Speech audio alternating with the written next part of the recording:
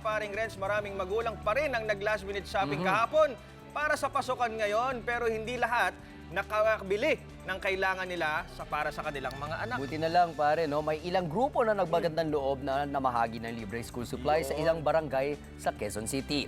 Silipin natin yan sa pag-aksyon ni Hannibal Talete. Abala pa sa pananahin ng mga basahan si Nanay Annabel nang kamustahin ng News 5 sa kanyang bahay sa Sitio San Roque sa Quezon City. Kailangan kasi niyang matapos tahiin ang mga tambak na basahan para makapaningil. Natapat pa na pasukan na kinabukasan, kaya ang kikitain na 240 pesos, ipapambili niya ng mga gamit sa eskwela ng kanyang 4 na anak na papasok na mamaya.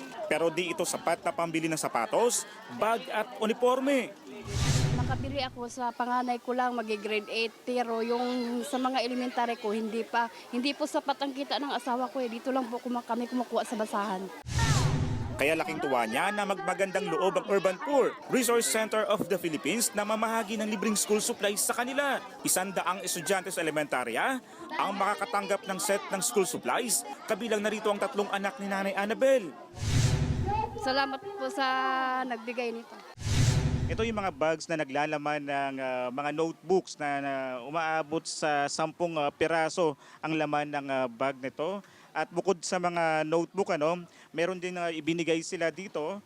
May kompletong gamit din ng isang pad ng papel, ruler, ballpen, gunting, eraser, sharpener, crayola, pencil case at lapis.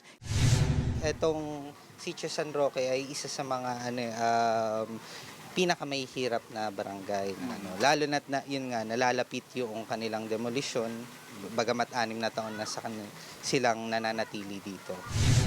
Nagpasalamat din ang ilang residente sa mga tumulong.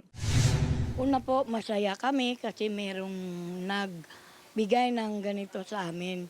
Pero dapat ang gobyerno po ang bahagi nitong mga pagbibigay na ganito. Bahagi ang gobyerno nito serbisyo para sa mga estudyante. Panawagan din nila sa pamahalaan, huwag nang ituloy ang nakaambang demolisyon sa lugar, alang-alang sa mga batang papasok sa eskwelahan. Umaaksyon! Hannibal Talete, News 5. Be sure to come back. Use 5 everywhere. Copyright 2016.